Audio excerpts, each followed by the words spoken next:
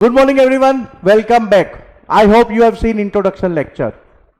अब आप लोगों को मालूम है कि सिलेबस के अंदर क्या क्या है आप लोगों के।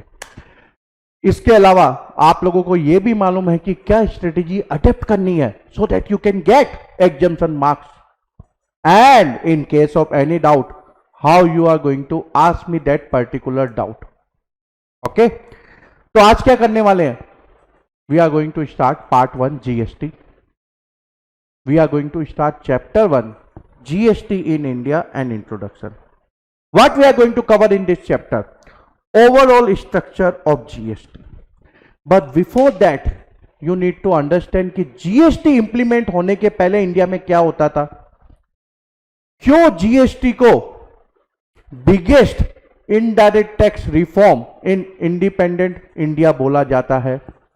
Okay, so we are going to cover this in overall structure of GST. Body of GST law, तो जो जीएसटी लॉ है उसके अंदर कितने एक्ट है, रूल्स है, कौन कौन से नोटिफिकेशन इश्यू किए जाएंगे, ये सब हम लोग बॉडी ऑफ जीएसटी लॉ के अंदर समझेंगे। Now because GST is new law, तो इसकी अच्छाई हम लोगों को समझनी पड़ेगी। उसके लिए सबसे पहले क्या करना पड़ेगा? Deficiencies in the earlier indirect tax regime. Of course जो भी बुराई होगी हम लोग वो डिस्कस करेंगे कि जीएसटी के पहले जो इनडायरेक्ट टैक्सेस थे उनमें क्या कमियां थी और जीएसटी उसको ओवरकम कैसे करता है। So benefit of GST, framework of GST in India, then we are going to understand constitutional provision related to GST, only related to GST. पूरा कॉन्स्टिट्यूशन हम लोग को नहीं पढ़ना है, पूरा कॉन्स्टिट्यूशन तो बहुत बड़ा सब्जेक्ट है और इनफैक्ट एलएलबी के अंदर तो अलग से पेपर है। तो what we are going to cover here, constitutional provisions related to GST. क्या कॉन्स्टिट्यूशनल अमेंडमेंट किए गए, क्या इसकी जरूरत थी, कौन से आर्टिकल्स कॉन्स्टिट्यूशन ऑफ इंडिया में जीएसटी से रिलेटेड है। We are going to cover this in constitutional provision. After that we are going to cover selected definition under section 2 of CGST Act 2017, selected definitions under section 2 of IGST Act 2017. But before jumping to CGST Act, IGST Act definitions, you need to understand structure and body of GST law. उसके पहले तो ये समझ में ही नहीं आएगा कि CGST Act अलग क्यों, IGST Act अलग क्यों। तो पहले हम लोग यह समझेंगे जिससे कि आप लोगों को इजीली समझ में आ जाए कि जीएसटी स्ट्रक्चर क्या है और क्यों सीजीएसटी एक्ट अलग है, आईजीएसटी एक्ट अलग है। ओके, तो चलिए स्टार्ट करते हैं ओवरऑल स्ट्रक्चर ऑफ जीएसटी के साथ। सबसे पहले क्यों इसको हिस्टोरिकल मूव बोला जाता है? Implementation of GST is basically called significant indirect tax reform in India. Why, क्या वजह है कि इसको सिग्निफिकेंट इनडायरेक्ट टैक्स रिफॉर्म बोला जाता है? तो चलिए पहले समझते हैं कि जीएसटी के पहले क्या होता था। इसको समझने के लिए हम लोग को क्या समझना पड़ेगा कि भाई जीएसटी के पहले क्या होता था। काफी इंटरेस्टिंग है, ध्यान से सुनना। अब आप लोगों को तो मालूम है, इंडिया के सिटीजन हो तो मालूम ही है, India has federal structure, correct. Central government है इंडिया के अंदर, okay, which is going to take decision for entire country India and there are respective state governments. Rajasthan की अलग गवर्नमेंट है, एमपी की अलग है, महाराष्ट्र की अलग है, तमिलनाडु की अलग है, आंध्र प्रदेश की अलग है, तेलंगाना की अलग है, कर्नाटका की अलग है, करेक्ट। तो ये जो स्टेट गवर्नमेंट है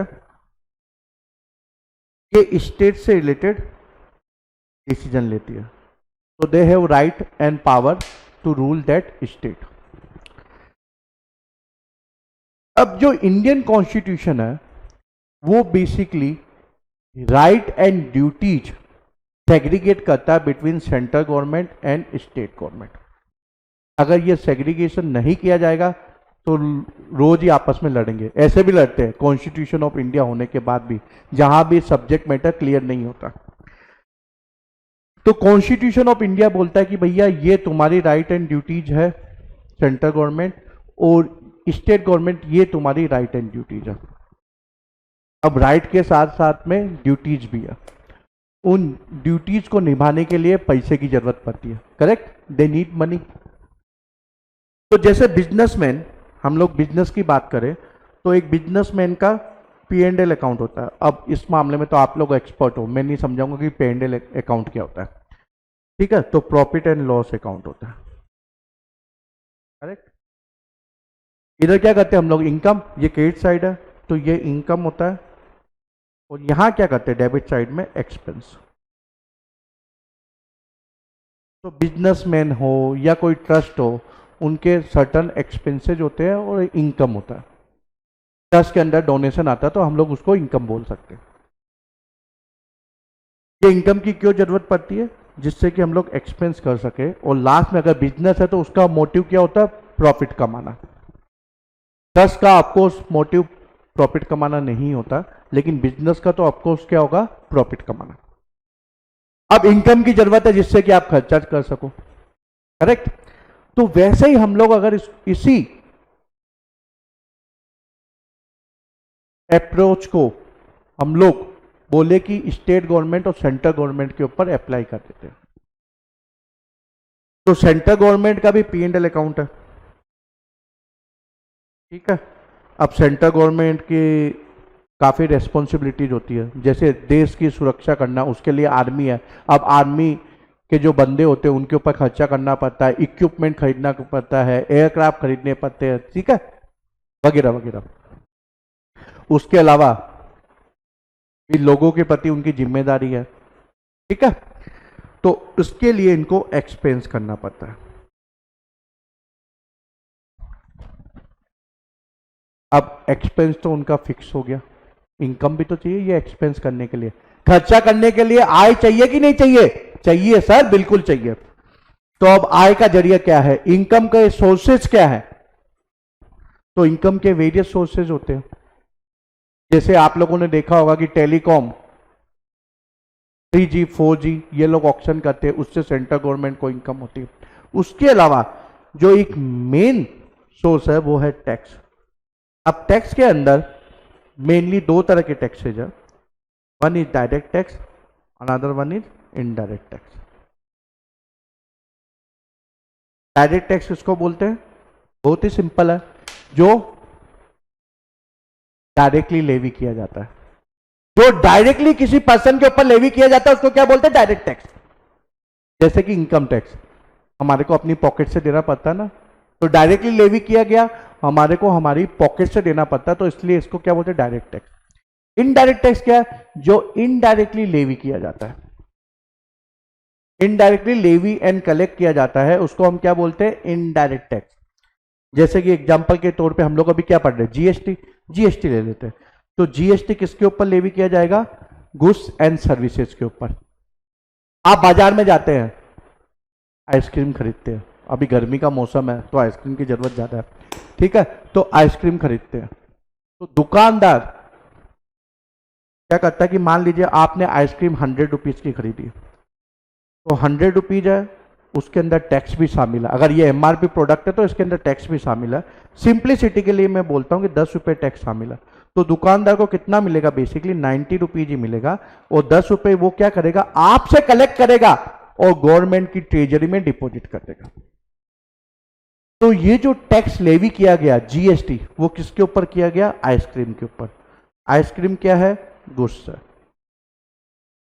तो पे किसने किया, हमने पे किया, हम लोग को आइसक्रीम खानी थी, लेकिन गवर्नमेंट ने कैसे कलेक्ट किया, इनडायरेक्टली किया। कैसे किया, गुड्स के ऊपर किया, आइसक्रीम के ऊपर किया, तो इसलिए इसको इनडायरेक्ट टैक्स बोलते हैं। इनडायरेक्ट टैक्स के मामले में इतना हम लोग को पिंच नहीं होता, क्योंकि हम लोग डायरेक्टली डिपॉजिट नहीं करते, लेकिन इनकम टैक्स पिंच करता है। क्यों, we pay directly from our pocket. In case of indirect tax, we pay to the shopkeeper and shopkeeper is going to deposit to the government treasury. ठीक है, तो ये मेन सोर्सेज है tax के। अब डायरेक्ट टैक्स के अंदर तो इनकम टैक्स आप लोगों को मालूम है, इनडायरेक्ट टैक्स के अंदर कस्टम, जीएसटी, एक्साइज ड्यूटी, ये सब क्या है, इनडायरेक्ट टैक्सेस। तो सेंट्रल गवर्नमेंट की रेस्पॉन्सिबिलिटीज है, ड्यूटीज है, उसके लिए उनको एक्सपेंस करना पड़ेगा, तो इनकम का सोर्स भी होना चाहिए ना।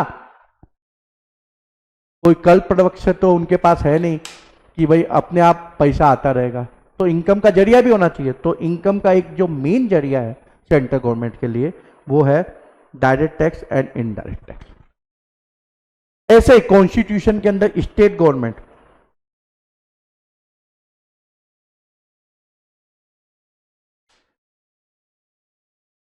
की भी ड्यूटीज वेल डिफाइन है, ओके, रेस्पॉन्सिबिलिटीज वेल डिफाइन है। अब वो ड्यूटीज निभाने के लिए बेचारों को इनको भी खर्चा करना पड़ेगा ना, करना पड़ेगा कि नहीं करना पड़ेगा, करना पड़ेगा बॉस। जैसे हेल्थ केयर, ठीक है, कोविड के अंदर तो बेचारे स्टेट गवर्नमेंट मर गए थे फ्री में इलाज कर करके, तो एक्सपेंस है, अब उसके लिए भी इनकम होना चाहिए। तो इनकम क्या होती है, जैसे स्टाम्प ड्यूटी वो कलेक्ट करते हैं, प्रॉपर्टी के ऊपर क्या लगती है, स्टाम्प ड्यूटी लगती है ना। आप लैंड या बिल्डिंग या फ्लैट खरीदते बेचते हो तो उसके ऊपर क्या लेवी होता है, स्टाम्प ड्यूटी। इसके अलावा इनडायरेक्ट टैक्स भी उनकी एक इनकम का जरिया है, उनकी एक इनकम का जरिया है। अब हम क्या करेंगे, जो ये सेंट्रल गवर्नमेंट स्टेट गवर्नमेंट का जो टैक्स रेवेन्यू है, इसको हम बेसिकली दो पीरियड के अंदर देखेंगे। एक तो जीएसटी इंप्लीमेंट होने के बाद, और प्री जीएसटी के अंदर क्या होता था, यानी कि जब जीएसटी नहीं था तब सेंट्रल गवर्नमेंट और स्टेट गवर्नमेंट को रेवेन्यू कैसे मिलती थी, क्या टैक्स वो लेवी करते थे जो उनकी इनकम हो जाती थी। ठीक है, तो जीएसटी के पहले वो क्या लेवी करते थे, चलिए पहले ये समझते हैं। सॉरी, जीएसटी के पहले जो मोटा मोटी है, सेंट्रल गवर्नमेंट क्या लेवी करती थी, central government excise duty levy करती थी। इसके अलावा सर्विस टैक्स लेवी करती थी। इनडायरेक्ट टैक्सेस की बात कर रहे हैं, इनकम टैक्स पे पूरा हक सेंट्रल गवर्नमेंट का, स्टेट गवर्नमेंट को हक ही नहीं है लेवी करने का और कलेक्ट करने का। तो हम लोग यहां इनडायरेक्ट टैक्सेस की बात कर रहे हैं। तो इनडायरेक्ट टैक्सेस के अंदर सेंट्रल गवर्नमेंट जीएसटी के पहले क्या लेवी करती थी, एक्साइज ड्यूटी, सर्विस टैक्स। ठीक है, अब जो ये एक्साइज ड्यूटी है, सेंट्रल गवर्नमेंट किसके ऊपर लेवी करती थी, मैन्युफैक्चरिंग ऑफ गुड्स के ऊपर। किसके ऊपर करते थे, मैन्युफैक्चरिंग ऑफ गुड्स। तो कोई भी गुड्स अगर मैन्युफैक्चर किया गया तो टैक्सेबल इवेंट क्या था, मैन्युफैक्चरिंग। टैक्सेबल इवेंट क्या होता है, मैं आपको चैप्टर 2 के अंदर डिटेल में समझाऊंगा। तो मैन्युफैक्चरिंग अगर है किसी गुड्स की तो एक्साइज ड्यूटी लगती थी, और सर्विस टैक्स किसके ऊपर लगता था, प्रोविजन ऑफ सर्विसेज के ऊपर। आपने कोचिंग क्लासेस ली तो जीएसटी के पहले क्या लगता था, सर्विस टैक्स। आपने सिक्योरिटी सर्विसेज ली, क्या लेवी होता था, सर्विस टैक्स। ठीक है, तो सेंट्रल गवर्नमेंट की रेवेन्यू इनडायरेक्ट टैक्स के रूप में मेनली क्या थी, excise duty, manufacturing of goods, जो manufacturing was taxable event, and service tax, provision of services. तो ये तो बात हो गई सेंट्रल गवर्नमेंट की। अब अगर हम लोग स्टेट गवर्नमेंट की बात करें तो स्टेट गवर्नमेंट क्या लेवी करती थी, ये कॉन्स्टिट्यूशन ऑफ इंडिया उनको एम्पावर करता था। तो ऐसा नहीं सेंट्रल गवर्नमेंट की इच्छा हुई कि वो एक्साइज ड्यूटी लेवी करेगा, सर्विस टैक्स लेवी करेगा, ये कॉन्स्टिट्यूशन ऑफ इंडिया उनको एम्पावर कर रहा था कि भाई आप ये लेवी कर सकते हो। State government basically VAT, entry tax, luxury tax, ये सब लेवी करती थी। तो ये उनका इनकम का सोर्स था। वीएटी क्या था, basically VAT sale of goods. तो ये जो गुड्स मैन्युफैक्चर हो गया या मान लीजिए इंपोर्ट होके आया, उसके बाद उसकी सेलिंग होती है, अब सेल ऑफ गुड्स क्या होता है भैया? सेल रेवेन्यू रिकॉग्निशन देखा होगा अकाउंटिंग स्टैंडर्ड के अंदर, रिस्क एंड रिवार्ड ट्रांसफर हो जाता है, ठीक है, तब हम लोग बोलते हैं रेवेन्यू हम रिकॉग्नाइज करेंगे, ठीक है। तो जब सेल होती है किसकी? गुड्स की, तो then that time it was subject to VAT. अगर विद इन द स्टेट है तो वीएटी, अगर एक स्टेट से दूसरे स्टेट था तो सीएसटी लेवी होता था, जो सेंट्रल गवर्नमेंट लेवी करती थी, लेकिन रेवेन्यू किसकी होती थी? स्टेट गवर्नमेंट की, ठीक है, क्योंकि एक स्टेट से दूसरे स्टेट के बीच में अगर ट्रांजेक्शन हो रहा है तो अगर विद इन द स्टेट है, मतलब राजस्थान का राजस्थान में, ठीक है, जयपुर का एक व्यापारी दूसरे कस्टमर को, जयपुर के कस्टमर को बेच रहा है, या जयपुर के दूसरे व्यापारी को बेचता, तो क्या लगता था? वीएटी। या जयपुर का व्यापारी उदयपुर वाले को बेच रहा है, तो राजस्थान है ना इंट्रा स्टेट, इसको हम लोग क्या बोलते हैं? इंट्रा स्टेट, तो क्या लेवी होता था? वीएटी। लेकिन अगर जयपुर का व्यापारी भोपाल के बंदे को बेचता है, तो एक स्टेट से दूसरा स्टेट, इंटर स्टेट, तो उस समय क्या लेवी होता था? सीएसटी। क्या लेवी होता था? सीएसटी। तो ये जो लेवी होता था वो सेंट्रल गवर्नमेंट करती थी, लेकिन हिस्सा स्टेट गवर्नमेंट का था, ठीक है। अब दोनों राज्यों में आपस में झगड़ा नहीं हो तो मीडिएटर कौन हो गया? Central government. तो ये बेसिकली मोटा मोटी हम बोलेंगे कि ये स्टेट की रेवेन्यू थी, ये सोर्सेस थे रेवेन्यू के। तो VAT, CST, anti tax, anti tax,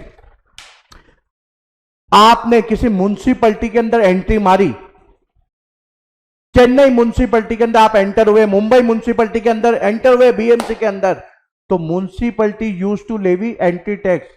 octroi सुना है? चुंगी नाका, आज भी आपने सुना होगा, किसी का एड्रेस दिया हो चुंगी नाका, वो चुंगी नाका क्या होता था? चुंगी कलेक्ट करने का, चुंगी कलेक्ट करने की जगह होती थी, ठीक है। जो भी ट्रक बाहर से माल लेके आता था उस नगर पालिका के अंदर, उस चुंगी नाका के अंदर उसको जाके डिटेल देनी पड़ती थी और ऑक्ट्रॉय पे करना पड़ता था। ऑक्ट्रॉय को हिंदी में क्या बोलते हैं? चुंगी, ठीक है। बाद में इसकी जगह ले ली गई लोकल बॉडी टैक्स, तो एलबीटी, ठीक है, उसको बोलते हैं local body tax, but again it is anti tax होने। पहले ऑक्ट्रॉय लगता था, बाद में कोई कोई स्टेट में एलबीटी लगने लग गया, लोकल बॉडी टैक्स। ये कब होता था? जब कोई गुड्स किसी पर्टिकुलर म्युनिसिपैलिटी के अंदर एंट्री मारे, ठीक है। Luxury tax, luxury 5 star hotel में गए आप लोगों ने, मजे मारे, तो लग्जरी टैक्स ले लिया होता था, ठीक है। तो ये मोटा मोटी स्टेट गवर्नमेंट की रेवेन्यू के सोर्सेस थे इनडायरेक्ट टैक्सेस के, ठीक है। अब central government excise duty, service tax, जैसे मैंने बोला, तो अब आप लोगों को भी मालूम है कि इंडिया की एक ही सेंट्रल गवर्नमेंट है, तो पूरे इंडिया के अंदर एक्साइज ड्यूटी, सर्विस टैक्स का जो लॉ है वो एक ही होगा, एक ही टैक्स रेट होगा किसी पर्टिकुलर गुड्स के ऊपर या सर्विसेज के ऊपर, ऐसा नहीं कि अलग अलग होगा, ठीक है, because central government is only one. लेकिन किंतु परंतु स्टेट गवर्नमेंट एक है क्या? नहीं। राजस्थान की स्टेट गवर्नमेंट अलग है, महाराष्ट्र की अलग है, गुजरात की अलग है, एमपी की अलग है, यूपी की अलग है, बिहार की अलग है, हरियाणा पंजाब की अलग है, ठीक है। अब कॉन्स्टिट्यूशन ने उस पर्टिकुलर स्टेट गवर्नमेंट को राइट दिया है, किसी को एक दूसरे की देखने की जरूरत नहीं है, तो ये अपना वीएटी लॉ पास करेगा। अब एग्जाम्पल के तौर पे मान लीजिए महाराष्ट्र गवर्नमेंट बोलती है कि कंप्यूटर आप खरीदोगे महाराष्ट्र के अंदर तो it is subject to 12% VAT, लेकिन अगर आप एमपी के अंदर वो खरीदते हो तो एमपी गवर्नमेंट ने नोटिफाई किया हुआ उसी लैपटॉप के ऊपर या कंप्यूटर के ऊपर 4%। मजे की बात है ना। तो एमपी में आपको सस्ता मिलेगा लैपटॉप, ठीक है, डेल का लैपटॉप है, आप एमपी में खरीदोगे क्योंकि एमपी गवर्नमेंट ने कम रेट नोटिफाई की हुई वीईटी की 4%, तो आपको एमपी में सस्ता मिलेगा, लेकिन महाराष्ट्र में महंगा मिलेगा क्योंकि अलग अलग वीएटी लो है। अब एक व्यापारी की नजर से समझिए, मान लीजिए आप एक व्यापारी हो जिसकी ऑल इंडिया ब्रांचेज है, आप पूरे इंडिया के अंदर बिजनेस करते हो। अब सोचिए आपके लिए कितना बड़ा हेडेक है। Just think of this, just imagine, आपकी इंडिया के हर स्टेट में ब्रांच है, वहां से आप सेल करते हो। So you are also in manufacturing of goods. तो आपको सेंट्रल गवर्नमेंट के अंडर एक्साइज ड्यूटी के लिए रजिस्ट्रेशन लेना पड़ेगा, उसका कंप्लायंस करना पड़ेगा, वो ड्यूटी का पेमेंट करना पड़ेगा। इसके अलावा स्टेट वाइज आपको वीएटी, और अगर आप म्युनिसिपैलिटी में कोई गुड्स एंटर कर रहा है तो एंट्री टैक्स, नगर पालिका के अंदर जो भी एंट्री टैक्स का लॉ है उसके अंदर रजिस्ट्रेशन लेना है, उसका कंप्लायंसेस करने हैं। हर कोई का रिटर्न अलग, हर कोई की ड्यू डेट अलग, हर कोई की ऑफिसेज अलग, यानी ऑफिसर अलग। तो एमपी के अंदर सेपरेट रजिस्ट्रेशन, महाराष्ट्र के अंदर separate registration for VAT law, और एमपी के अंदर अगर मान लीजिए आप भोपाल के अंदर भी आपकी दुकान है और इंदौर के अंदर भी दुकान है, तो म्युनिसिपैलिटी भोपाल की अलग है और इंदौर की अलग है। तो भोपाल के लिए अलग एंट्री टैक्स की रजिस्ट्रेशन, इंदौर के लिए अलग। अब आप सोचिए, सेंट्रल गवर्नमेंट के लिए एक्साइज ड्यूटी का आपने रजिस्ट्रेशन लिया, उसके कंप्लायंसेज अलग है, उसके रिटर्न अलग है, उसका टैक्स पेमेंट आपको अलग करना है, उसके अकाउंट्स एंड रिकॉर्ड अलग रखने हैं। उसके बाद स्टेट का आपको अलग करना है कंप्लायंसेज, उसका रिटर्न अलग, उसका पेमेंट अलग, उसके टैक्स ऑफिसर अलग, तो ऑफकोर्स उसका असेसमेंट भी अलग होगा। स्टेट गवर्नमेंट के नीचे भी आपको म्युनिसिपैलिटी, अगर आप एंट्री करवाते हो गुड्स की, तो उसके लिए भी आपको अलग रजिस्ट्रेशन, अलग रिकॉर्ड रखने पड़ेंगे, अलग रिटर्न फाइल करने पड़ेंगे। अब आप सोच रहे होंगे सर बिजनेस करे कि ये सब करे? आपने इमेजिन किया होगा अपने दिमाग में। अब आपको लगता होगा कि सर क्या करे, ये बिजनेस करने का तरीका थोड़ी ना है, तो कोई विदेशी कंपनी इंडिया में आने के पहले घबरा जाएगी। अब इसके अंदर मजे की बात बताता हूं आपको।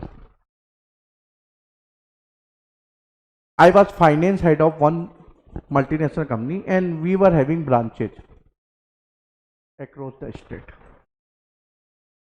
अब टैक्स डिपार्टमेंट भी मेरे अंडर आता था। बेचारा एक टैक्स का बंदा था, वो भी सीए था, मैं भी सीए हूँ, ठीक है। अब बात ये आ जाती है कि भाई उसके सामने हमने क्या किया था, उसको ही बोला था कि भैया जो तेरा है नोटिंग बोर्ड, उसके अंदर लिख के रख सबकी ड्यू डेट स्टेट वाइज। उसने लिख ली, but whether he is expert in all the state VAT law, the answer is no. तो फिर क्या किया रिटर्न है सबके लिए, तो हमने आउटसोर्स किया हर स्टेट के अंदर। कभी किसी सीए को अपॉइंट किया, कहीं हम लोगों ने एडवोकेट को अपॉइंट किया, okay, for compliances purpose and in case any new notification का कि भाई लॉ के अंदर कुछ चेंज हो रहा है उस पर्टिकुलर स्टेट के अंदर। तो किसी भी कंपनी के लिए यह मैनेज करना बहुत ही मुश्किल था। कहने को इंडिया एक कंट्री थी, ठीक है, पहले कहने को, अभी भी एक ही है, थी मतलब ऐसा मत समझना कि अभी टुकड़े हो गए, मैं गलत नहीं बोल रहा हूं, मतलब मैं टैक्स के हिसाब से बोल रहा हूं, ठीक है। So from the perspective of tax I am saying India was one country, but if you go by the tax law it look like एक कंट्री नहीं, हम लोग अलग अलग कंट्री में रह रहे हैं, क्योंकि एक स्टेट से दूसरे स्टेट में टैक्स लॉ चेंज हो रहा था। तो अब बिजनेसमैन बिजनेस पे ध्यान दे कि टैक्स लॉ के कंप्लायंसेस पे ध्यान दे। बिजनेसमैन का मोटिव क्या होता है? बिजनेस करना, प्रॉफिट कमाना। लेकिन यहां तो प्रॉफिट कमाना तो उसका ऑब्जेक्टिव है, लेकिन उसके अंदर एक बिग हर्डर है टैक्स। तो आपको बिजनेस करना है कि नहीं करना है, आपको डिसीजन इसके बेसिस पे भी लेना है कि पर्टिकुलर स्टेट में क्या टैक्स लो है। अगर आपने गलती से भी कुछ गलत डिसीजन ले लिया तो मालूम चला कि जो बिजनेस आप कर रहे हो वो अनवायबल हो गया। एंड ऑफकोर्स क्योंकि अलग अलग स्टेट वाइज कंप्लायंसेज है, सेंट्रल गवर्नमेंट का अलग कंप्लायंसेज है, so it is going to add cost to your product, क्योंकि इसको कंप्लाई करने के लिए एक पर्टिकुलर कॉस्ट होगी, ओवरहेड होगा, तो आपकी जो प्रोडक्ट की प्राइसिंग है वो ज्यादा हो जाएगी। तो ये तो एक हो गई बात गुड्स के मामले में। इसके अलावा सर्विसेज के अंदर क्या हो रहा था कि सर्विसेज के अंदर, गुड्स के अंदर तो सेंट्रल गवर्नमेंट भी लेवी कर देती है, अगर मैन्युफैक्चरिंग है तो एक्साइज ड्यूटी, और अगर जब वो ट्रेडिंग के अंदर आ जाता था तो वीएटी या सीएसटी। लेकिन लेकिन लेकिन सर्विस टैक्स के मामले में केवल सेंट्रल गवर्नमेंट को अधिकार था सर्विस टैक्स लेवी करने का। तो कहीं ना कहीं एक मिसमैच हो गया। मिसमैच क्यों हो गया? ऑफकोर्स क्योंकि स्टेट गवर्नमेंट को अधिकार ही नहीं था। अब अगर हम लोग 2000 के बाद की बात करें, आपको मालूम है कि सर्विस इंडस्ट्री ने काफी ग्रो किया है कंपेयर टू मैन्युफैक्चरिंग, करेक्ट? तो कहीं ना कहीं ये मिसमैच बड़ा होते गया। Because in India, you get your maximum GDP from services. Unlike China, China के अंदर basically the main activity is manufacturing, but in China service industry mainly because of information technology sector, ठीक है? तो कहीं ना कहीं मिसमैच हो गया कि सर्विस टैक्स का अधिकार, जो लेवी एंड कलेक्शन का अधिकार है, वो केवल सेंट्रल गवर्नमेंट को, स्टेट गवर्नमेंट को कोई हक ही नहीं था। उसके अलावा आपने देख लिया मल्टीपल टैक्सेज, मल्टीपल टैक्सेज, और सबसे बड़ी बात, आपस में ये टैक्स डिपार्टमेंट आपस में बात नहीं करते। सेंट्रल गवर्नमेंट वाला एक्साइज ड्यूटी वाला डिपार्टमेंट बोलेगा मेरे को तो एक्साइज ड्यूटी से मतलब है, कोई मतलब नहीं वीएटी का क्या होता है। वीएटी वाला वो पर्टिकुलर स्टेट का अपना देखेगा, दूसरे स्टेट से उसको लेना देना नहीं है। तो एक व्यापारी को इन सब से डील करना था, तो वो भी सेम लो नहीं, अलग अलग, ठीक है? हो सकता है कि जैसे MP VAT, Maharashtra VAT rate same हो, लेकिन कुछ ना कुछ तो प्रोविजन अलग होगा ना, क्योंकि वो स्टेट का अधिकार है कि वो अपने हिसाब से कानून बनाए। तो कहीं ना कहीं कंप्लायंस कॉस्ट बढ़ गई। आपके कंप्लायंस कॉस्ट के अलावा बिजनेस करना काफी मुश्किल हो गया। तो ease of doing business, ease of doing business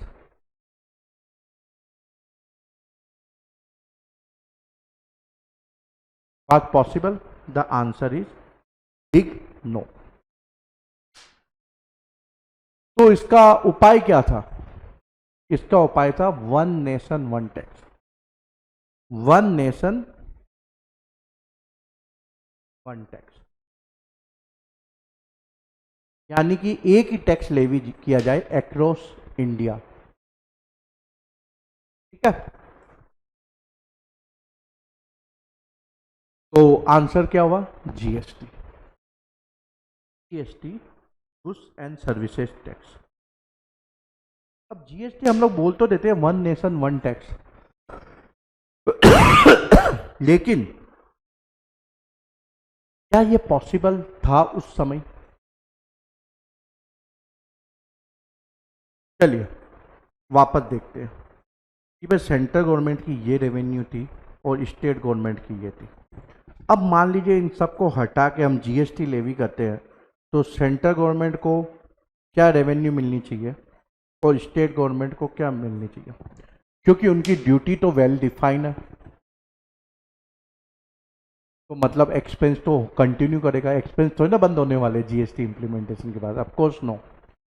तो एक्सपेंस तो कंटिन्यू करेगा। अब उस एक्सपेंस को मीट करने के लिए इनकम चाहिए, तो ये इनकम के सोर्सेज बंद हो गए, तो इसको रिप्लेस कौन कर रहा है? जीएसटी। अब लेकिन जीएसटी हम लोग बोलते हैं वन नेशन वन टैक्स, तो जो भी जीएसटी कलेक्ट होगा वो सेंट्रल गवर्नमेंट को कितना हिस्सा मिलेगा, स्टेट गवर्नमेंट को कितना मिलेगा? ये एक क्वेश्चन मार्क हो गया, ये एक क्वेश्चन मार्क हो गया कि भाई स्टेट के हिस्से में कितना आएगा और सेंट्रल गवर्नमेंट के हिस्से में कैसे आएगा, और कैसे हम लोग ये डिटरमाइन करेंगे कि किस स्टेट को वो हिस्सा मिलना चाहिए। क्योंकि स्टेट तो एक नहीं है, सेंट्रल गवर्नमेंट तो एक है, लेकिन स्टेट गवर्नमेंट तो अलग अलग है ना।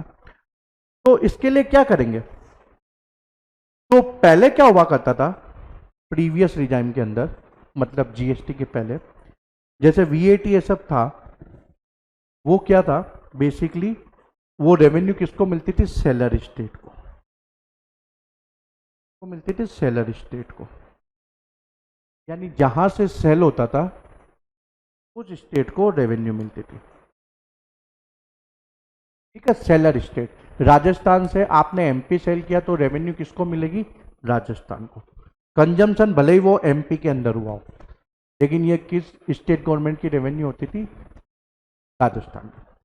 अब इसकी वजह से क्या हो गया कि कंजम्पशन तो एमपी में हुआ, लेकिन राजस्थान सेलर स्टेट हो गया। तो राजस्थान क्या करता था कि भाई मेरे इधर और इंडस्ट्री है, मैं एग्जांपल के तौर पे बोल रहा हूँ, क्योंकि मेरे इधर मैन्युफैक्चरिंग आएगी तो फिर मेरे को रेवेन्यू होगी, तो जिससे क्या मतलब बेसिकली मैन्युफैक्चरिंग होगी तो बाद में तो वो मैन्युफैक्चरिंग करने के बाद सेल करेगा ही, तो रेवेन्यू किसकी हो जाएगी? राजस्थान की। तो इसलिए हर स्टेट क्या करने लग गया, इंडस्ट्री को बुलाने के लिए, फैक्ट्रीज अपने इधर लगवाने के लिए टैक्स हॉलीडे देना स्टार्ट कर दिया उन्होंने। अब टैक्स हॉलीडे क्या होता था? टैक्स हॉलीडे मतलब आपको 10 साल वीएटी आपको पे नहीं करना। अगर आपने मेरे इधर फैक्ट्री लगाई तो राजस्थान गवर्नमेंट बोलती थी मैं आपको 10 साल तक एग्जम्पशन देती हूं, आपको वीएटी पे नहीं करना। तो जो कंपनी है वो ये सोचने लग गई कि अच्छा हम लोग राजस्थान में फैक्ट्री सेटअप करेंगे तो हम लोग को वीएटी का फायदा हो जाएगा। मान लीजिए वीएटी की टैक्स रेट कितनी है? 12% उसके प्रोडक्ट के ऊपर। तो 10 साल का टैक्स हॉलीडे।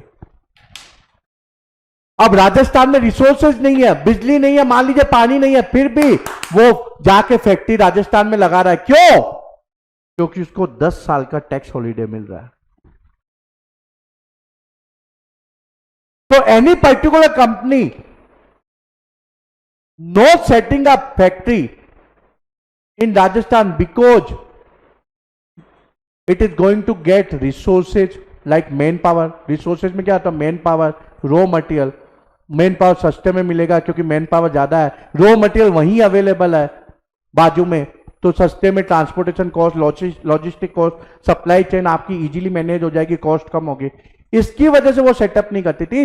उनका डिसीजन किसके बेसिस पे होता था? कि हम लोग को टैक्स हॉलीडे मिलता था। तो कहीं ना कहीं जो पूरे एंटायर सप्लाई चेन के अंदर था, इनएफिशिएंसी जनरेट हो गई। और सबसे बड़ी बात, जब तक आप इंडिया में करो डील जब तक ठीक है, when you are going to compete globally, आपको एक्सपोर्ट करना है, तो ये इनएफिशिएंसी कॉस्ट ऐड करेगी। करेक्ट? आपके ओवरहेड बढ़ जाएंगे क्योंकि रॉ मटेरियल इजीली अवेलेबल नहीं है, मैन पावर इजीली अवेलेबल नहीं है, तो आपका इंक्रीज कॉस्ट क्या हो गया राजस्थान में फैक्ट्री सेटअप करने का? 5%। लेकिन फिर भी आप सेव कर रहे हो क्योंकि वीएटी के रूप में आप 12% बचा रहे हो, तो आपके नेट सेविंग 7% है। तो ये सोच के एक सीएफओ ने डिसीजन ले लिया एमडी के साथ मिलकर कि राजस्थान में फैक्ट्री लगाओ। लेकिन जब एक्सपोर्ट होता है तो उसके ऊपर, एक्सपोर्ट के ऊपर टैक्सेस नहीं लगाते। ठीक है? तो एक्सपोर्ट को इंसेंटिव दिया जाता है, हर गवर्नमेंट इंसेंटिव देती है, केवल इंडिया के अंदर नहीं, इंडिया के बाहर भी दिया जाता है। तो फिर ये टैक्स तो लगेगा नहीं ऐसे भी एक्सपोर्ट के मामले में, लेकिन आपकी 5% कॉस्ट है, आपको ग्लोबली कंपीट करना है, चाइना के साथ कंपीट करना है, तो फिर आप इनएफिशिएंट होगे। तो कहीं ना कहीं इंडिया का जो बिजनेस है, इंडिया की जीडीपी के ऊपर ये जो इनडायरेक्ट टैक्सेस था, इसका बड़ा इंपैक्ट था। तो सेलर स्टेट को मिलता था, इसलिए सेलर स्टेट क्या करता था कि भाई फैक्ट्री मेरे इधर आए, इसलिए वो बोलता था टैक्स हॉलीडे 10 साल तक। अब मजे की बात सोचना, प्रैक्टिकली ऐसा भी हो सकता है कि 10 साल तक उसने फैक्ट्री सेटअप इधर की, टैक्स हॉलीडे खत्म हुआ, दूसरे स्टेट ने मान लो ये ऑफर दे दिया उसी कंपनी को कि भाई इधर आजा, अब तेरे को मैं 10 साल का वापस देता हूं, तो वो यहां से फैक्ट्री, यहां के रिसोर्सेज यूज करके अब दूसरी स्टेट में चला जाएगा। तो राजस्थान स्टेट को फायदा हुआ क्या? नहीं हुआ। अब यही वजह है कि आप देखो कि हिमाचल प्रदेश के अंदर फार्मा कंपनी है। अब हिमाचल प्रदेश के अंदर आप सोचोगे कि सर वो तो हिली एरिया है, तो मैन पावर कम है, और रॉ मटेरियल अगर दूसरी जगह से आएगा, या मान लीजिए जो प्रोडक्ट उन्होंने बनाया, मैन्युफैक्चर किया है, टैबलेट है सब, वो आप हिमाचल प्रदेश में तो पॉपुलेशन कम है तो डिमांड भी कम होगी, यूपी में ज्यादा होगी, महाराष्ट्र में ज्यादा होगी, ठीक है, वहां भिजवाओगे तो लॉजिस्टिक कॉस्ट भी ज्यादा होगी। हिमाचल प्रदेश तो हिली एरिया है, Himachal Pradesh is known for what? Tourism. ऐसे हम लोग गोवा देखेंगे, गोवा के अंदर आपको एफएमसीजी कंपनीज की भरमार दिखेगी। जबकि गोवा, जैसे मैं गोवा बोलता हूं, आपके दिमाग में क्या आता है? Beaches. Goa is the place to chill, correct. लेकिन गोवा के अंदर अच्छी खासी एफएमसीजी कंपनीज है। तो कहीं ना कहीं जो हमारा कोर एरिया होता है, जैसे हम सीए का क्या बोलते हैं, अकाउंट टैक्स कोर एरिया। हम डॉक्टर की पढ़ाई करते हैं क्या हम मेडिसिन लिख सकते? नहीं ना, हमारा वो कोर एरिया ही नहीं है। हमारे को क्या पढ़ाया गया है? Taxes accounts. तो ये हमारा कोर एरिया है। तो वैसे हर स्टेट का भी एक कोर फील्ड होता है कि भाई, जैसे Himachal Pradesh good for tourism है, गोवा गुड फॉर टूरिज्म है। लेकिन हम लोग यूपी, तमिलनाडु ये सब की बात करें तो जनसंख्या ज़्यादा है तो डिमांड भी ज़्यादा होगी। मैन पावर ज़्यादा है तो आपको इजीली लेबर अवेलेबल होगा। तो उससे क्या होगा? आपकी कॉस्ट कम हो जाएगी, मैन पावर कॉस्ट। ठीक है। तो आप जब डिसीजन लोगे फैक्ट्री सेटअप का, तो आप देखोगे अच्छा मेरे रिसोर्सेज कहाँ अवेलेबल है, मैन पावर इजीली अवेलेबल है, रॉ मटेरियल इजीली अवेलेबल है, मेरा मार्केट किधर है, मैं प्रोडक्ट जो मैन्युफैक्चर करूंगा उसको सेल कहाँ करूंगा, उसके बेसिस पे आप फैक्ट्री सेटअप करने का डिसीजन लो। लेकिन आपका डिसीजन किस बेसिस पे हो गया? टैक्स हॉलीडे के बेसिस पे। ठीक है। तो ये प्रॉब्लम्स थी पहले। तो अब इसका तोड़ था क्या? GST, one nation one tax. अब बात यह आती है, सबसे बड़ा question mark, sir one nation one tax तो आपने बोल दिया, लेकिन अब सेंट्रल गवर्नमेंट, स्टेट गवर्नमेंट कैसे लेवी करेगी, या जीएसटी के अंदर उनका हिस्सा क्या होगा? अब यहां तो क्या है कि सेंट्रल गवर्नमेंट बीजेपी की है, स्टेट गवर्नमेंट में बीजेपी है, और हो सकता कांग्रेस हो या दूसरी लोकल पार्टी हो। और यहां देश के लिए कोई नहीं सोचता। ठीक है। अपोजिशन का काम है अपोज करना, चाहे रूलिंग पार्टी ने सही डिसीजन लिया हो या नहीं लिया हो। रूलिंग पार्टी अगर अपोजिशन में आ जाती है तो वो भी यही करती है। किसी को देश से लेना देना नहीं है, उनका काम है अपोज करना। तो अब one nation one tax possible कैसे होगा? तो वाजपेयी जी ने 2000 के अंदर ये आइडिया लाया था, मतलब 2000 में वाजपेयी जी की गवर्नमेंट थी, उन्होंने बोला था कि भाई जीएसटी इंप्लीमेंट करना है। 2000 से ये मामला चला चला चला चला चलते चलते फाइनली 1 जुलाई 2017 को इंप्लीमेंट हुआ। और आप लोगों को आश्चर्य होगा कि France was the first country to implement VAT. वहाँ यूरोपियन यूनियन में इसको वीएटी बोलते हैं, लेकिन ये जीएसटी है बेसिकली। तो किसी किसी कंट्री में इसको जीएसटी बोलते हैं, किसी किसी कंट्री में इसको वीएटी बोलते हैं। तो 1954 के अंदर उन्होंने को इम्प्लीमेंट किया। उसके बाद more than 160 countries implemented VAT या जीएसटी। और जहां तक मेरे को याद है, इंडिया के पहले Malaysia was the last country जिसने जीएसटी इंप्लीमेंट किया। तो सबको मालूम था कि बेनिफिट होगा जीएसटी से, क्योंकि अभी ये सबसे बड़ा हर्डल है कि भाई अलग अलग टैक्सेस लेवी करना। तो इंडस्ट्री ग्रो नहीं करेगी तो आपकी जीडीपी कैसे ग्रो करेगी? लेकिन चक्कर क्या था कि भाई कोई अपनी रेवेन्यू नहीं छोड़ना चाहता था, न तो स्टेट गवर्नमेंट छोड़ना चाहती थी न सेंट्रल गवर्नमेंट, क्योंकि कॉन्स्टिट्यूशन ऑफ इंडिया में सेंट्रल गवर्नमेंट को ये पावर था, स्टेट गवर्नमेंट को ये था। वो बोले भैया मैं अपनी रेवेन्यू खुद कमाऊंगा, मैं तुम्हारे ऊपर निर्भर नहीं रहना चाहता। तो 2000 के अंदर वाजपेयी जी ने जीएसटी का डिस्कशन स्टार्ट किया, और 15 साल कांग्रेस गवर्नमेंट ने भी एफर्ट किया। ठीक है। ऐसा नहीं कि हम लोग ये बोलेंगे कि बीजेपी गवर्नमेंट ने, वाजपेयी जी बीजेपी की थे तो बीजेपी गवर्नमेंट ने स्टार्ट किया तो कांग्रेस ने हर्डल क्रिएट किया, नहीं। In fact Congress government tried their level best. और आपको मोदी जी का यूट्यूब पे एक भाषण दिख जाएगा जिसमें वो जीएसटी का विरोध कर रहे थे। ठीक है। वो खुद आने के बाद उन्होंने इंप्लीमेंट किया, लेकिन जब वो, मैंने क्या बोला था, अपोजिशन का काम क्या होता है? अपोज करना, चाहे वो कदम सही हो या गलत हो। जैसे आधार कार्ड का भी मोदी जी ने मतलब अपोज किया था, लेकिन जब वो खुद सत्ता में आ गए तो वो आधार कार्ड सब जगह वो लोग क्या कर रहे हैं? Aadhaar card linking, they are making it mandatory, correct. तो ऐसे जीएसटी जब कांग्रेस ने प्रयास किया तो बीजेपी ने अपोज किया बाद में, and finally it is being implemented on 1 जुलाई 2017।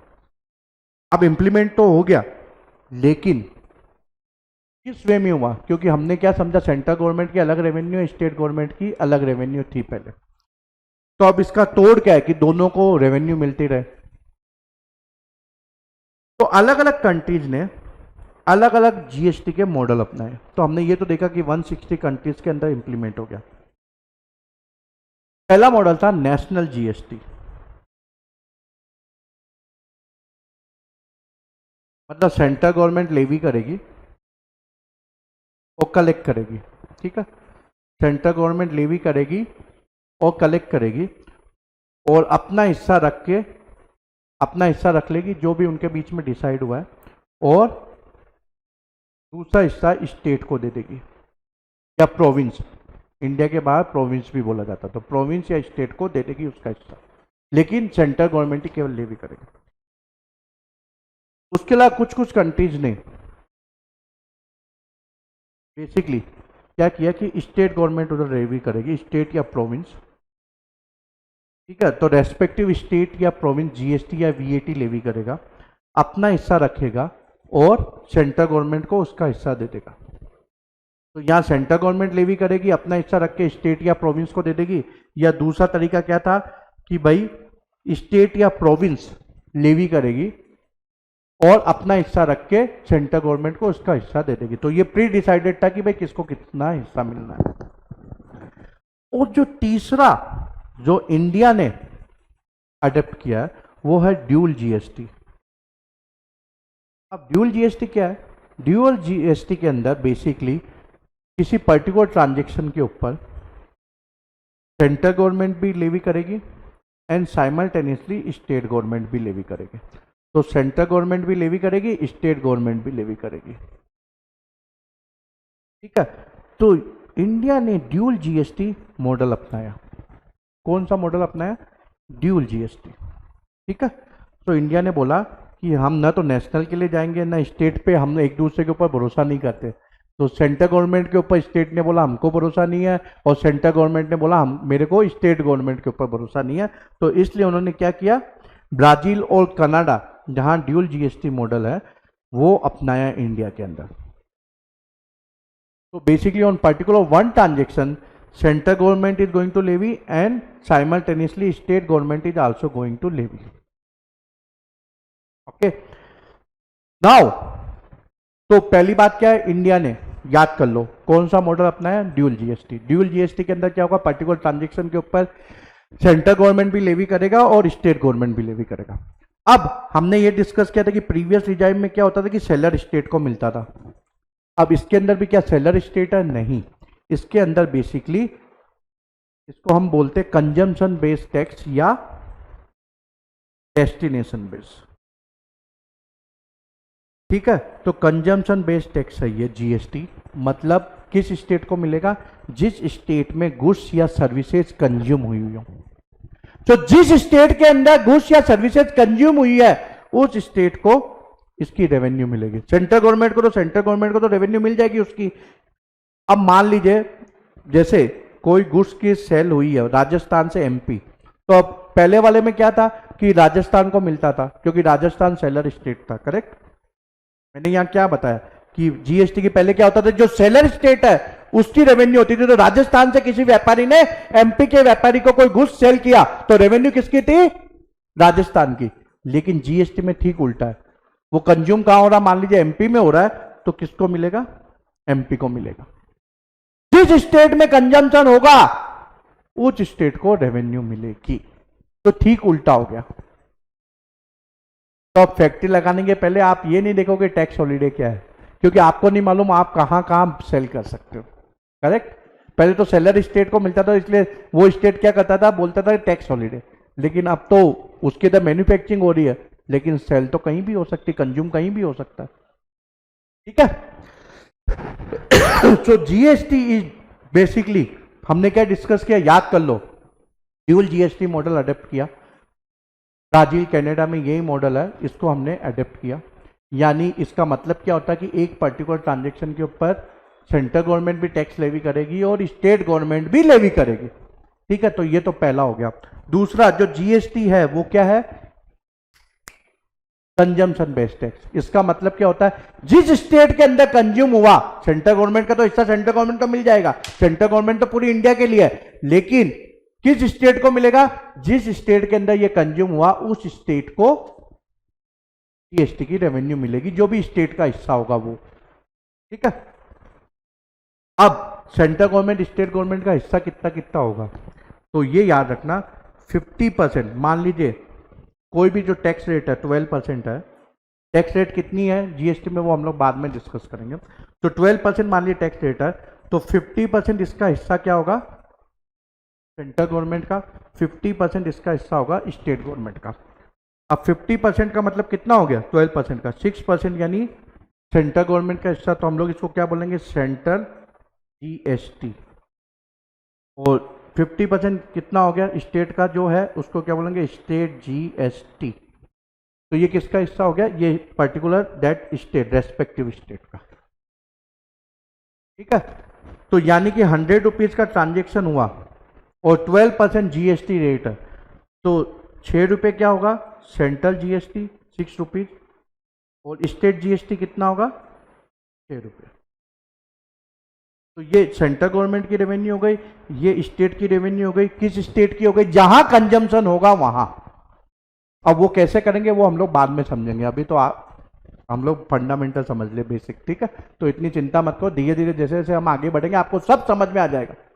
मैं बैठा हूं ना, everything is going to be crystal clear, don't worry about this. ठीक है, तो ये समझ गया आप। अब क्या जीएसटी सबके ऊपर एप्लीकेबल है? नहीं नहीं, इतने साल लगे इन लोगों को, मोर देन 15 ईयर्स दे टुक। किसमें लगे इतने साल? आपस में समझौता करने में लगे। स्टेट गवर्नमेंट नहीं चाहती थी कि सेंट्रल गवर्नमेंट हमारा रेवेन्यू कलेक्ट करे, सेंट्रल गवर्नमेंट नहीं चाहती थी कि स्टेट गवर्नमेंट हमारा कलेक्ट करे। और दूसरी बात, उनको मालूम नहीं कि जीएसटी इंप्लीमेंट करने के बाद उनकी रेवेन्यू कम होने वाली है या बढ़ने वाली है। जैसे हमने पहले क्या समझा था कि भाई जीएसटी के पहले क्या होता था कि वो वीएटी लगाता था, एंट्री टैक्स लगाता था, लग्जरी टैक्स, तो उनकी ये रेवेन्यू स्ट्रीम थी। अब इन्होंने एक जीएसटी इसको सब्ज्यूम्ड करके एक जीएसटी लगाना स्टार्ट कर दिया। ठीक है, अब कौन कौन से टैक्सेस सब्ज्यूम्ड हुए, ये चैप्टर, इसी चैप्टर के अंदर मैंने आगे लिखा हुआ है कौन कौन से टैक्सेस सब्ज्यूम्ड हुए। तो अगर आप देखोगे ये टैक्सेस सब्ज्यूम्ड हुए, जो सेंट्रल गवर्नमेंट जो रेवी करती थी वो ये टैक्सेस सब्ज्यूम्ड हुए। ठीक है, सेंटर जीएसटी में, मतलब सेंट्रल जीएसटी के अंदर, और ये टैक्सेस सब्ज्यूम्ड हुए स्टेट जीएसटी के अंदर। ठीक है, तो सेंट्रल जीएसटी का शॉर्ट फॉर्म क्या हो गया? सीजीएसटी, और स्टेट जीएसटी का शॉर्ट फॉर्म क्या हो गया? एचजीएसटी। तो ये टैक्सेस सब्ज्यूम्ड हुए। तो स्टेट गवर्नमेंट की ये रेवेन्यू थी, सेंट्रल गवर्नमेंट की ये रेवेन्यू थी। सीएसटी मैंने आपको बोल दिया कि ये कलेक्ट तो ये करते थे, लेकिन इनकम किसकी थी? स्टेट गवर्नमेंट की। तो ये टैक्सेस सब्ज्यूम्ड हुए, तो इनका एक पी&एल फिक्स था कि मेरा इतना रेवेन्यू इससे आएगा, इससे इतना इतना रेवेन्यू आएगा। अब जीएसटी इंप्लीमेंट होने के बाद इनको नहीं मालूम कि क्या होने वाला है, ना सेंट्रल गवर्नमेंट को मालूम है ना स्टेट गवर्नमेंट को मालूम है। तो स्टेट गवर्नमेंट बोले क्यों हम लोग जीएसटी इंप्लीमेंट करें। अब आप सब लोगों को लगता है कि भाई पॉलिटिशियन है, इतने स्मार्ट नहीं होते, तो मैं इतना ही बोलूंगा कि जब इनकम की बात होती है तो वो हम लोग से ज़्यादा स्मार्ट होते हैं। ठीक है, तो अब मांडोली, बॉम्बे की भाषा में बोलते हैं मांडोली, तो मांडोली कैसे हो, आपस में कॉम्प्रोमाइज कैसे हो। वो बोलते भैया हम अपना क्यों पावर तेरे को दे, हमारे को नहीं मालूम कि जीएसटी इंप्लीमेंट होने के बाद हमारी रेवेन्यू बढ़ेगी या कम होगी। बढ़ेगी तो कोई दिक्कत वाली बात नहीं, हम खुश हो जाएंगे, लेकिन अगर कम हो गई तो हमारे तो एक्सपेंस फिक्स है, हम पैसा कहाँ से लाएंगे। अब सेंट्रल गवर्नमेंट ने बोला ठीक है भैया जीएसटी तो इम्प्लीमेंट करना पड़ेगा, तो बोला ठीक है बताओ कैसे वो इम्प्लीमेंट होगा। तो यहां मैं बताता हूं अब आपको कि ये लोग कैसे स्मार्ट है। आप लोग भी सोचते हो कि यार पॉलिटिशियन है, पढ़े लिखे नहीं है, लेकिन आपकी गलत फहमी है। तो मान लीजिए एग्जाम्पल के तौर पे ले रहा हूं कि जीएसटी के पहले इनकी रेवेन्यू 100 रुपीज थी किसी पर्टिकुलर स्टेट की, पर्टिकुलर स्टेट की रेवेन्यू कितनी थी? 100 रुपीज। ठीक है। तो अगर उस 100 रुपीज में मोटा मोटी देखें, मैं एग्जाम्पल के तौर पे दे रहा हूँ, हर स्टेट का अलग अलग होगा, सेम तो होगा नहीं। तो उसमें मोटा मोटी क्या था, 100 रुपीज में मान लीजिए कोई पर्टिकुलर स्टेट लेते हैं हम ए, उस 100 रुपीज में जो इसका 30 रुपीज कलेक्शन होता था वो था पेट्रोल ये सब के ऊपर, पेट्रोल डीजल ये सब के ऊपर। 20 रुपीज इनकी रेवेन्यू आती थी अल्कोहल से, alcohol alcoholic liquor for human consumption, दारू वारू होती है ना, बियर वाइन्स, ठीक है, इससे इनकी रेवेन्यू थी। तो स्टेट गवर्नमेंट ने भी बरोबर समझौता किया, बोला बॉस ठीक है 100 में हमारी जो रेवेन्यू है मोटा मोटी इससे आती है, 30 रुपये पेट्रोल, मतलब हम लोग देखते ना, आपने मटेरियल लेवल पढ़ा होगा ऑडिट के अंदर, तो वो मटेरियल लेवल के बेसिस पे गए कि जो 5 पेट्रोलियम प्रोडक्ट है उससे हमारी रेवेन्यू लगभग 30 रुपये आती है और 20 रुपये अल्कोहलिक लिकर से आती है, बियर वाइन से सबसे।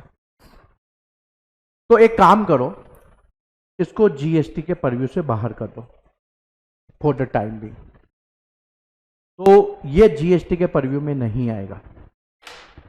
तो ये जीएसटी के परव्यू में नहीं आ रहा है, आएगा जो जैसा चल रहा है वैसे चलेगा।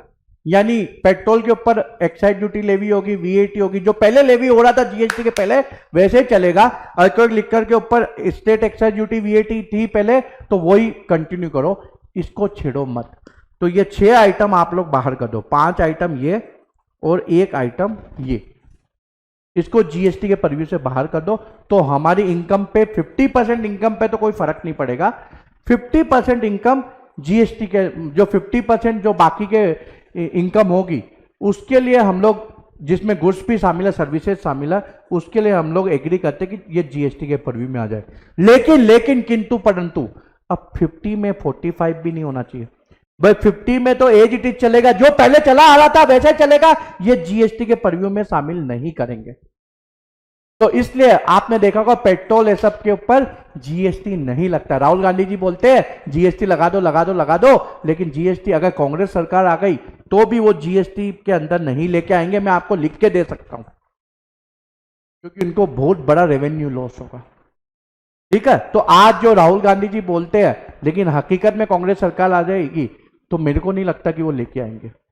ये मैं आप लोगों को समझाऊंगा कि क्या रीजन है, और आप लोग एग्री करोगे कि हाँ सर सही बोलते हैं, तो हम लोग बाद में जब डिस्कस करेंगे तब करेंगे। ठीक है, तो ये 5 ये आइटम, 6 ये आइटम, इसके ऊपर जीएसटी लेवी नहीं होती। ये जो पहले टैक्स लेवी हो रहे थे, excise duty, VAT, state excise duty, वही कंटिन्यू कर रहे हैं। और बाकी के जो गुड्स है इनके अलावा, 6 के अलावा, ओके, प्लस सर्विसेज, वो जीएसटी के परव्यू में आ गए। तो 50% मान लो किसी पर्टिकुलर स्टेट का, तो उन्होंने बोला मेरी रेवेन्यू है 50%, तो सेफगार्ड हो गई मटेरियल लेवल पे। जो बाकी का 50% है, अब उसमें भी उसको रिस्क नहीं लेना था, तो उन्होंने सेंट्रल गवर्नमेंट को बोला कि बॉस बाकी के जो 50% की मेरी रेवेन्यू है उसमें भी डेफिसिट नहीं होना चाहिए, मतलब वो कम नहीं होनी चाहिए जीएसटी इंप्लीमेंट करने के बाद। तो सेंट्रल गवर्नमेंट ने बोला बॉस वो तो कम ज़्यादा हो सकती है, बोला नहीं मेरे को गारंटी चाहिए। तो सेंट्रल गवर्नमेंट ने बोला ठीक है मैं गारंटी देती हूं कि आपकी रेवेन्यू कम नहीं होगी, मतलब 5 साल तक अगर कोई कम होती है तो we are going to compensate, we are going to compensate you in case of shortfall in the revenue. तो किसी स्टेट को मान लीजिए बाकी आइटम पे 50 रुपए पहले मिलता था, अब 45 हो गया, तो 5 रुपए सेंट्रल गवर्नमेंट कंपनसेट करेगी, 5 रुपए सेंट्रल गवर्नमेंट कंपनसेट करेगी। कैसे करेगी वो हम लोग बाद में समझेंगे। ठीक है, तो इतना डिस्कशन हुआ कि भाई ये 6 आइटम तो हम बाहर रखेंगे और बाकी के लिए आप कंपनसेशन दोगे, तब जाके जीएसटी के लिए इन्होंने स्टेट ने, जितने भी स्टेट है उन्होंने हामी भरी। ठीक है, तो आप सोच रहे थे अरे पॉलिटिशियन है, इतने स्मार्ट नहीं है, अब समझ में आया कि वो स्मार्ट है कि नहीं है। देखा, बरोबर उन्होंने बोला ना कि मटेरियल लेवल जो आपने ऑडिट में पढ़ा है उन्होंने यहां इंप्लीमेंट किया प्रैक्टिकली कि भाई ये 6 आइटम जिससे मेरा वेटेज एवरेज टैक्स कलेक्शन 50% उसको तो बाहर रखो, बाकी 50 के लिए मेरे को गारंटी दे दो कि अगर मेरा शॉर्टफॉल होता है, ज्यादा हुआ तो कोई बात नहीं, अच्छी बात है, लेकिन मेरा अगर शॉर्टफॉल हुआ, जो रेवेन्यू मेरी पहले आती थी 1 जुलाई 2017 से उससे कम आ गई, तो आप मेरे को कंपनसेट करोगे, तब फाइनली जाके जीएसटी इंप्लीमेंट हुआ। कब से हुआ? 1 जुलाई 2017 से। तो 2015 से स्टार्ट हुआ और फाइनली 2000 से स्टार्ट हुआ, फाइनली कब इंप्लीमेंट हुआ? 2017 के अंदर 1 जुलाई से। 1 जुलाई से पूरे इंडिया में स्टार्ट हो गया, लेकिन जो कश्मीर है, जम्मू एंड कश्मीर, वहां ये इंप्लीमेंट हुआ 8 जुलाई 2017 से। ठीक है। जीएसटी जो इंडिया में इंप्लीमेंट किया गया वो क्या है? ड्यूल जीएसटी, मैंने आपको समझा दिया। और कंजम्पशन बेस्ड टैक्स है, यानी कि जहां जिस स्टेट में ये कंज्यूम होगा उधर उस स्टेट को रेवेन्यू मिलेगी। ठीक है। तो ये जो बातें हैं आपको याद रखनी है, dual GST, consumption based tax. ठीक है, इतना ही याद रखना। बाकी तो मैंने आपको लोगों को समझाया है कि पहले क्या होता था, अब क्या हो रहा है। इसके बाद जब हम बेनिफिट या जो deficiency in previous indirect tax exam वो समझेंगे तो आपको एकदम इजीली समझ में आ जाएगा। ठीक है। तो ये जो लेक्चर है मैं यहीं खत्म करता हूं।